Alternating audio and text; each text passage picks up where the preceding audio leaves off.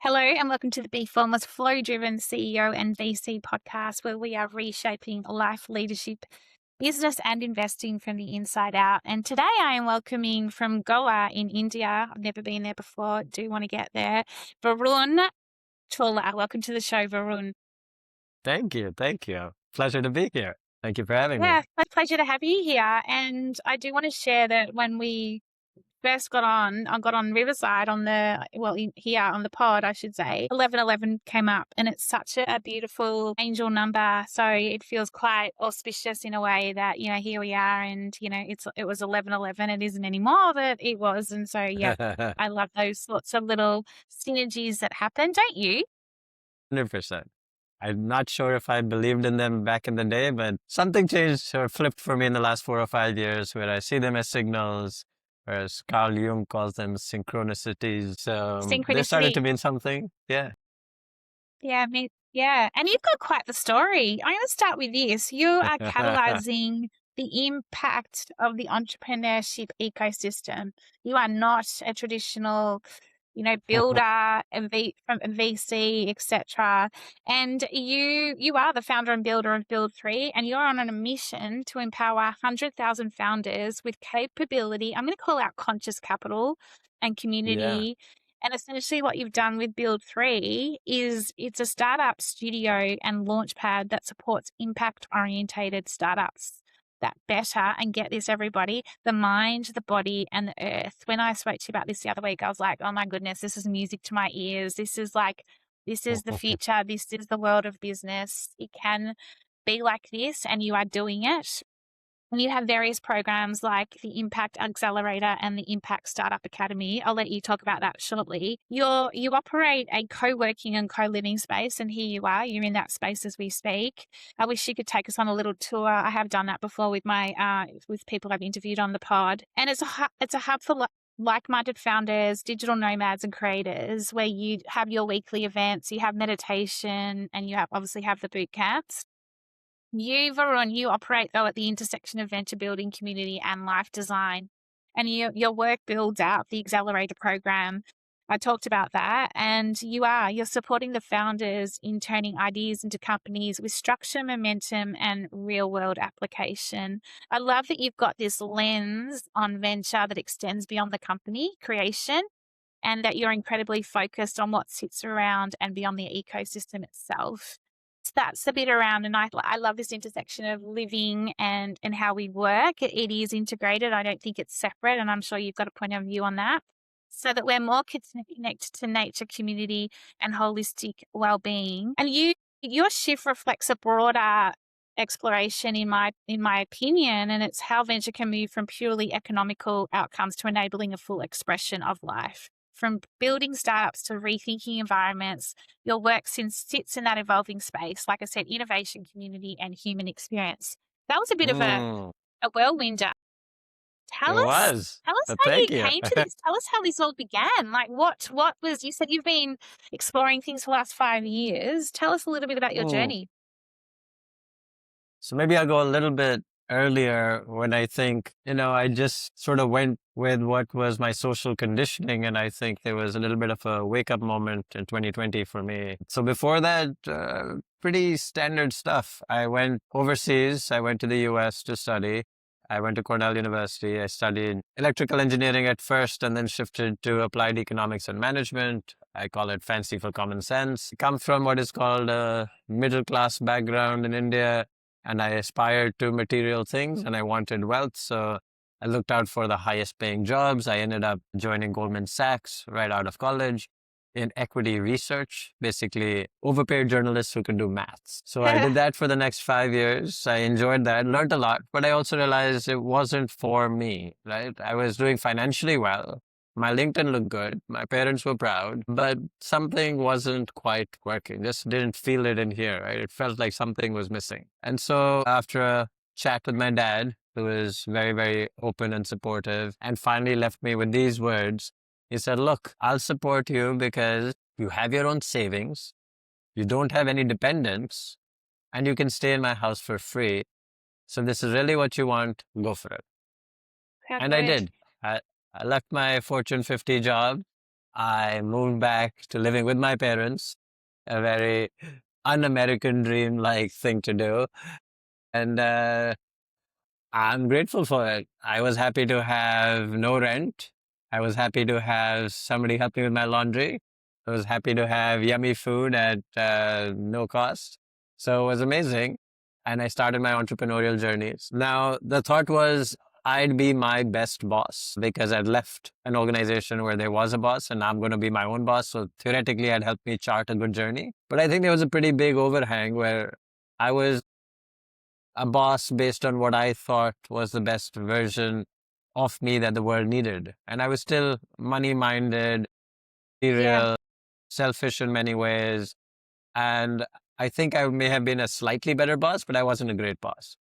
And it took me between 2007 to 2020 to realize this 13 years in which I built 6 different startups. One of them got acquired by India's largest travel company called Make My Trip. And one of them is on track to going public. It's I'd say a more conscientious, more profitable, more customer-centric co-working space called 91 Springboard. We do about $35 million a year. We do a 30% EBITDA, or just short of 30% EBITDA. So it's a good, solid business. Served 40,000 clients and continues to grow. We run 45 locations across India and we're scaling that. So it's something I'm proud of. But in 2020, Yes, you should be. in 9th year of running the business, I realized somewhere there was a gap in what I felt was the right path for myself and what was playing out. 2020 was that time, and in India, 2020 Yeah. March is when COVID hit, and it made us all sort of recalibrate, introspect, and think about life. For me, it was a moment to study all the energy that surrounded me, right? I was surrounded by my co-founders. I was surrounded by investors. I was surrounded by landlords, employees, clients. There was a certain energy that they were showing at this time of stress, right? They say the real you comes out in times of stress. And I could 100%. sense I was not around my people. There was something that I'd taken this journey quite a bit. I'm a high level generalist, but I was now ready for a change. I was tired. I needed a break mentally, emotionally, physically, at a soul level. I think I needed to redirect my energies. I'm so glad you called out soul. It's like, again, it's music to my ears. And I've got so many questions for you. I'm going to let you keep going. Yeah. So yeah, my body was starting to show the signals, right? Like I had at this point hiatus hernia, hypothyroidism, fatty liver, asthma, and arthritis. All of this existed in my body simultaneously at the age of 38 in 2020. I wasn't doing life right. I think this was a signal from the universe. You can keep doing what you're doing, but I don't think you'll do it for a lot longer. So it was a time to sort of rethink my approach. And I became plant-based. I brought in yoga and pranayam into my daily life. I brought in intermittent fasting into my daily life. I left the company I founded or started because I don't think I was serving it or it was serving me very well at this point. It was probably one of the hardest decisions I ever took, but I did. And within 6 months, all of those things I said I had symptomatically were gone. My body healed itself once I created an environment Yeah. free of physical, mental, energetic toxins. I freed myself of it. My body recovered slowly but surely. The second half of 2020, I thought about what I really wanted to do. And I used this framework called Ikigai, which challenges you to think of 4 questions. What Yeah, do I you love it. love? What are you good at? What does the world need? And how can you make money doing it? I know it's a slightly bastardized form of the Japanese traditional Ikigai, but this is a Spanish entrepreneur's interpretation of this. Is it spelled the same way, Varun? Like, is it It spelled is. exactly like the way? Yeah. Okay. Yeah. There you go. Yeah. So when I asked myself these 4 questions, what do you love? I realized I love early stage entrepreneurship. I'm a creative person and my canvas is entrepreneurship. So I love these early stages. I like to figure out who the team is. I like to figure out who the customer we're going to serve, what problem we're going to solve, what's the solution, how we're going to package it, how we're going to price it, how we're going to distribute it. I love this. So I figured that's what I love. What am I good at? Have you read of Malcolm Gladwell's Yep, Outliers? He talks about 10,000 hours to become good at something. So I'll use that analogy that's in this very case where I've done my own startups, seven of them at this point. I have mentored a few dozen startups. I have invested in a couple of dozen startups. So if you add up all of those hours, they're more than 10,000. So I should be above average at early stage startups. So what do you love? What are you good at? Then what does the world need? And this is somewhere I felt you and I really connect, which is entrepreneurship is a superpower and you can wield it for good, for selfish reasons, and you can be extractive of nature and the planet and society, or you can do something that feels like a positive contribution. And I think I realized around 2020 there are two versions of this. And I wanted to stand for the second version of entrepreneurship that makes the world a better place. mm, Conscious capital or conscious entrepreneurship. I wanted to stand yeah. for that. And that was a very precise choice I made. And this framework helped me realize, what does the world need? It doesn't need more entrepreneurs who are extractive. It needs more entrepreneurs who are thoughtful, mindful, care about society, care about the planet, 100%. care about outcomes first, and getting rich and famous second. And so that's the version of entrepreneurship we wanted to foster, manifest, and proliferate in the world. And the last question, how can you make money doing it? Well, you try to be a consultant to an entrepreneur, you send them your first invoice, they stop answering your calls, right? They don't have the cash. So really, with entrepreneurs, you have to go on a different journey, which is write them a check, build something together. And then 5, 6, 7 years down the line, if you've built something of value, then share in what you've co-created. So that's the journey I believe my Ikigai has led me to. What do I love? Early stage startups. What does the world need? Early stage startups that bring purpose and profit. What am I good at? Early stage startups, because I've done more than 10,000 hours of it. And what's the model? It's a model of co-creation. So a startup studio, venture builder, accelerator, incubator. These are all sort of related words, whichever word suits your fancy. That's what we arrived at. That's what I've been doing for the last 5 years and no, doing my bit. It's incredible. Like, what an incredible story. I just absolutely love it. And the fact that Thank you. you call out this soul piece and the fact that you for so long here you were Fortune 50 companies doing everything that you've almost been grown up and taught to, that's what you should aspire to be. And not everyone has this calling, or not everyone has this ability to actually listen to what's actually being Yeah. said to you from the inside, where a lot of people, and there's no judgment at all, I get it, there's a lot of people out there that just, it's external. I think though, if you Yeah. can actually tap into and actually have an ability to listen to what do I really want in here, or I call it when the soul screams at you, and it's just like, if you continue, like your body retaliated because you weren't listening, so did mine. And then when you Yeah. start listening, it actually, and when you let everything align, you interconnect, mind, body, and soul. A business is exactly the same. Like, it's no different to the human or the founder, right? And I love your journey, and this. I wrote so many notes down, and the fact that you studied energy.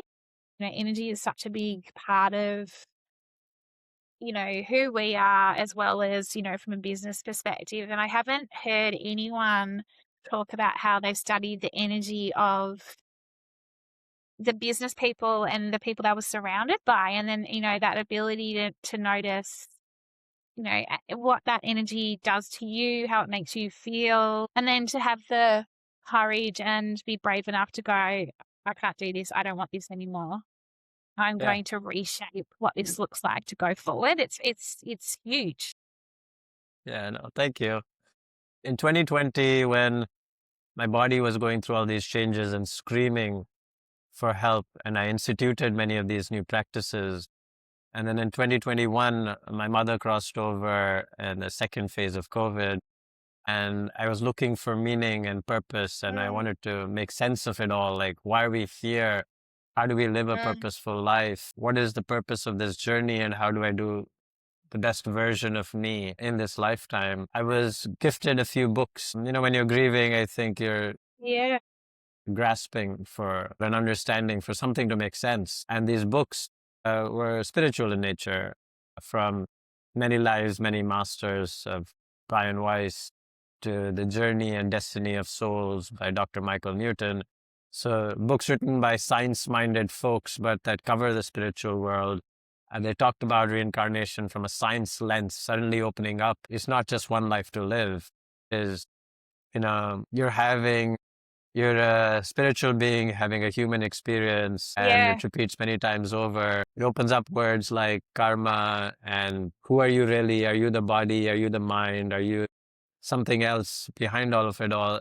Mm. Enabled many of these things and took me on a beautiful journey where over the last 5 years, I've read 50 books from the East, from the West, people that have passed hundreds of thousands of years ago, for people that still exist today, talking about life in all of its aspects, talking about the soul, talking about our energetic being. And I realized they're all saying the same thing, slightly different words, because Victorian Yeah. English is a little bit different. And Paramhansa Yogananda will talk about it differently in Victorian English, and uh, Eckhart Tolle will talk about it differently. Yeah, And the 100%. the Tibetans, their books written 6,000 years ago will talk about it differently, and the Egyptians and the Sumerians who talked about it 10,000 years ago, they talk about it differently. Or the Bhagavad Gita written by Indians a few thousand years ago, they talk about it differently, but they're saying the same message. My mind couldn't resist it. It said there is truth here. My body opened up to more and more possibilities. A lot of my conditioning was removed, and I was open to newer experiences. And that's where a lot of this feeling and sensing became possible again, because until then it felt like the mind knew everything, science had all the answers, and everything Was that I all heady. did, Yeah. or yeah, everything that I did or I accepted had to be intellectual. And then I opened myself to what is unexplainable, but can be felt, and sometimes can even be recreated as felt experiences repeatedly. It just felt true. And my intuition became a real guiding force in my life and not just my intellect. I now straddle the two and I use both. I think they both have a Yeah, I purpose. love it's so amazing. Tell me a little bit about conscious entrepreneurship and what you're doing with Build3, because you have a unique business, Can I share? you have a unique ecosystem, and it's Of it's course. interconnected. And I've always, I'm a massive believer in, life founder business. They're all integrated. You cannot separate it. And here you Nope. are. You've got the co-working space. You've got the co-living space.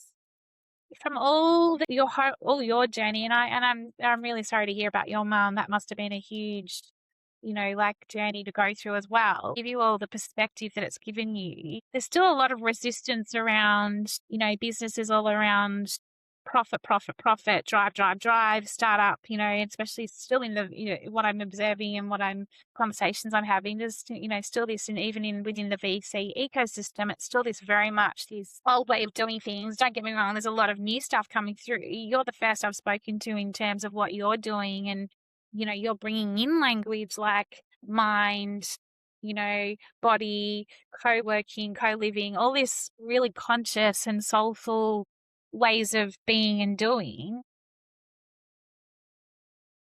Yeah. Tell us a little bit about that. Can I throw something on the screen just for a second? Is that okay? Absolutely, yeah. I Yeah. love anyone who's got something to share. The audience will absolutely love it. All right. So just this is just the starting page of something that we're building. We call it the Startup Eco Ashram. And this is sort of the final manifestation of living and co-working with purpose, right? An intentional community. And that's what we're really Mm. building at Build3 right now. I'll do a very quick scroll. Just if it interests anybody, they can always go back and read it. But I talk about the vision and our purpose over here. I talk about my journey that's led us over here. The goal is for different stakeholders to come together and help make this possible. It's really bringing together our human selves closer to nature, where we really feel um, held, we felt supported, we feel calm, the most creative versions of ourselves come to life. Can we find that version of ourselves? Can we all come together and find common purpose? And the purpose over here is to help enable 100,000 founders to build startups that make the world a better place. That's really our goal. and that is our plan. That's what we want to do. We've been at it for the past 5 years in a small villa in Goa, and we've helped over 1,500, closer to 2,000 founders on their journeys. But now we're ready to create a living community, with investors, mentors, vendors, co-founders, artists, natural home builders, renewable energy experts, theater performers, musicians, people coming together from all aspects of life, living a full life together. As you said, communities and that full life stack. Can it come Yeah. together? Can we live that wholesome life in one place and still have purpose? Can still deliver important outcomes to this world? That's my hope and dream. That's what we're doing at Build3 in the startup eco ashram. These are our principles. We talked about natural living and well-being and social enterprise and creativity. These are all the manifestations somebody would see every day. And there's this concept now of the inner development goals. If you're rotten on the inside, you're going to manifest rotten stuff. But if you're solid, peaceful, full of positive jujus inside, then you'll manifest good stuff. And so we're hoping we'll attract people that believe in honest work, that believe in equality and togetherness, that believe in metta, loving kindness, that believe in humility and Yeah. learning. And we're excited to go on this journey. We've been on it for a bit and looking forward to getting more people in the fold. So this is the version that we're building, the full life stack, not just the money part of it, not just the startup part of it, but all of it. And from a sustainability perspective as well, like that sustainable growth, you know what I mean? Like thriving so that you aren't burning out, like you say, and also just that ability to be fulfilled in everything that you're doing. When you mention the eco ashram, I think of it like a business ashram in terms of like, we've always like people go to an ashram for themselves. This is almost like what you're creating is, and it's not just a business. I shouldn't say that. It's just fascinating that the eco that you're talking about. I have a question for you. The world is we're going through a huge revolution right now, when it comes to AI, technology, etc. And, there's a lot of questions up for grabs in terms of, the role of the human, roles are changing, entrepreneurs, founders, there's a lot of AI native companies out there. There's this whole piece around, for me, I think that the possibilities are endless for us as humans, as entrepreneurs, as creators, as everything, just because one way that we've always known is changing radically. Therein lies the opportunity to be more conscious and to be more deliberate and, find your purpose and fulfillment. In terms of the sort of startups, like what role does that play within? Have you thought about the role of how technology, AI fits into this, or is it just is that something that you've explored? Everything is, right? Yeah, everything is, right? Like if we believe we are spiritual beings having a human experience, these are all tools that enable that journey. If we believe the matrix, we believe anything in this world, from vehicles were new at some point and computers were new Yeah. at some point, and today AI is new. These are all just things that allow us to go on various journeys and various quests, which is learning for our energetic being, for our soul. It facilitates certain skill building, certain karmic journeys. That's what its purpose is. So AI is just one of those things that is going to facilitate that next set of journeys. So there's no point fighting any of the tools or the artifacts that show up around you. They're just here to facilitate that journey of ours. Yeah, it's incredible. That's a great response. I love that. In terms of the sorts of entrepreneurs, creators that are joining your community, your ecosystem, are a lot of them a lot of them had an experience or a journey that you've had in terms of, and I've had in terms of, let's just call it an identity crisis, if you like, where here we are, we're at the top of our game, we're in this world, we're like almost like it's like I felt like it was an out of body experience in the end. I was looking around going, this is not for me. Like what sort of people are joining your community, or are they from the outset going, there is a different way to do business and I'm going to do it this way. I'm not even going to try and do it the way that, society's always known. So it's a mix, right? We're Yeah. clear about what we do and who we are. Some people will just see us as a source of capital, a source of knowledge. Other builders and I will have that company, that companionship, that ready group of people who I can seek help from and provide support to. Some people will just see it as literally those words. Some people will recognize the quality differential, which is these people believe and live in a life and world that I too believe in, which is a little bit off mainstream. And when we have that value connection, let's say that, let's use that word, we have that value connection, then we're likely to be much higher level partners to each other. Let me try to use an example. I built 91 Springboard with any investor I could find. Point was, if you could give me money, I will use it as fuel to build my startup. But when COVID happened, they were misaligned with us as to what the direction of the company should be, because they came from a place of fear and just protecting money versus a place to still have that impact in the world that 91 Springboard set out to make. And we wanted to preserve that impact and continue that journey after whatever pause COVID required. And you could tell there was a mismatch. From that moment on, I said, there's never going to be a mismatch again in the stakeholders I surround myself with, because it is at these key moments where you need shared energy and not divisive Yeah. energy. So while we say exactly who we are and what we do, some people get it quite easily. As you said, you've had a journey. So if you read the words on our website and our various materials, you would have a certain connect. And some people would say, hey, it's just another accelerator. They write me checks.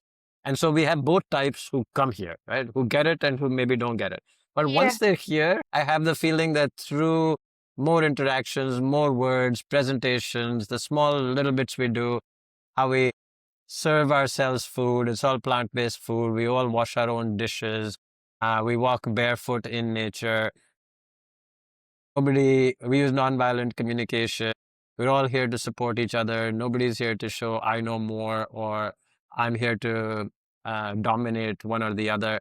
Just that ethos is different. And when people recognize many of these things, I think they have a, wait a second, this is a different place. There's a different thing going on. There's a different vibe here. There's a different culture. And it changes people. It puts them on a journey if they already weren't on a journey. And they were on a journey, they feel like they're home. And then they find their Yeah. tribe and they really run with it, right? So I've seen both things happen.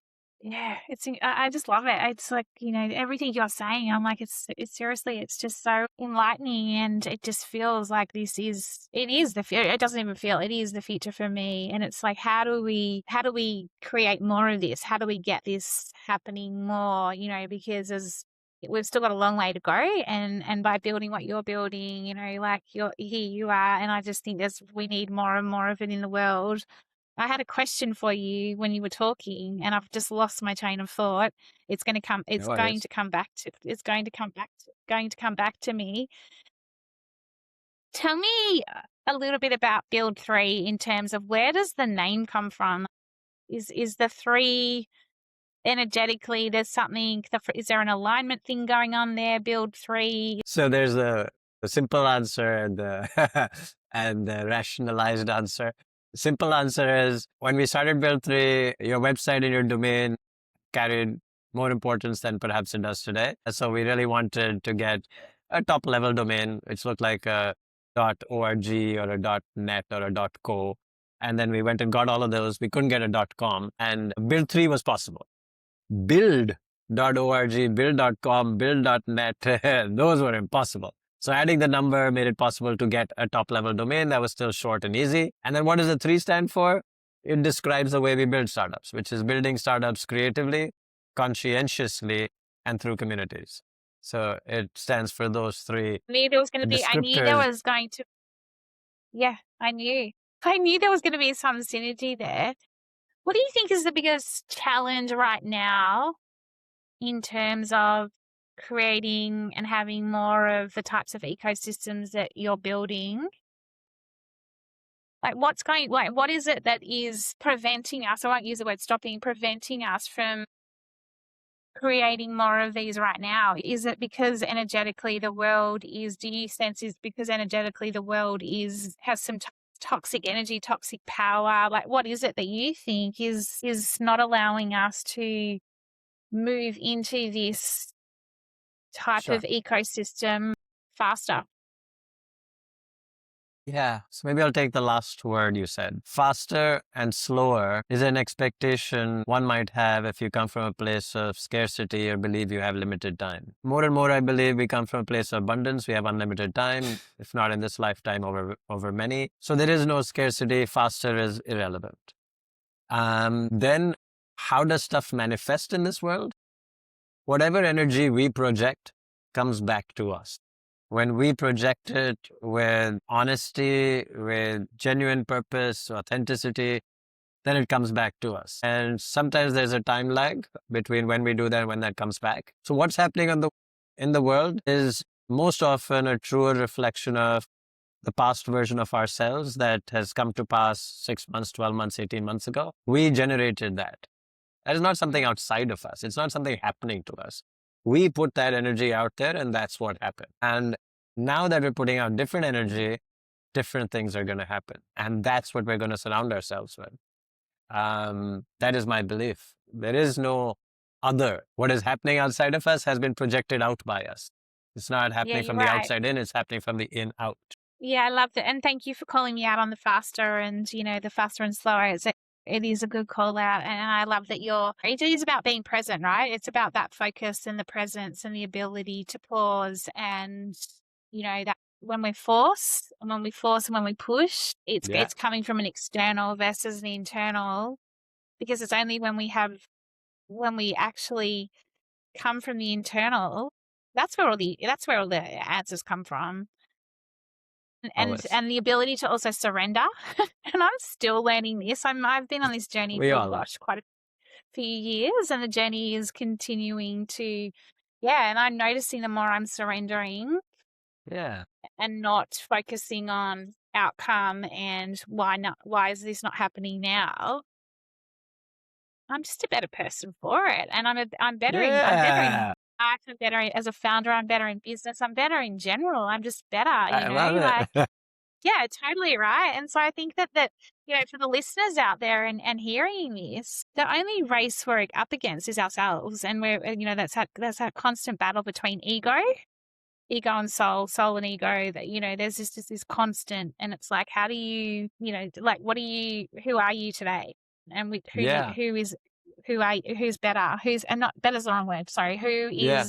Who is, who are you going to listen to? Ego externally, soul internally, and I choose soul all the time. So what would be, I guess I've got a couple of final questions for you. In terms of, you've got this mission of 100,000. Why are you stopping at 100,000, or why are you at 100,000? Jim Collins, the business writer and successful entrepreneur, talks about this concept of a BHAG, a big, hairy, Oh yeah, audacious goal. yeah, love So the when B hack. we started Build3 5 years ago, we were finding hours, and it felt like enabling 100,000 founders to build startups that make the world a better place felt pretty darn audacious. And that was a time when we were perhaps helping 20 founders a year. So 100,000 felt insane. Today, 5 years in, we're helping maybe 1,000 founders a year. Oh, it's still a stretch, right? Like in 10 years, you get to 10,000, not to 100,000, right? It still feels like a stretch. But we went from 20 to 1,000. That's a huge jump. That's a Yeah, 50 it's a times. huge. Yeah, Yeah, totally. yeah, in 5 years. Now, can we 50 times that again? I count on myself, my team, and the universe to help me get there. So I'm putting out that energy every day. And so 100,000 still seems like a stretch, but I promise you, as soon as it feels somewhat in reach, we're going to up that number and make it again Yeah, unreachable and then go at it, put our heads down and yeah, get it done. yeah. It's incredible. It's incredible. And my last question, and it's not even a question, I'm a big fan of, I love quotes, I love thoughts, thoughts for the Mm, day. mm. Is there any quote that you would leave for all the entrepreneurs, all the creators out there?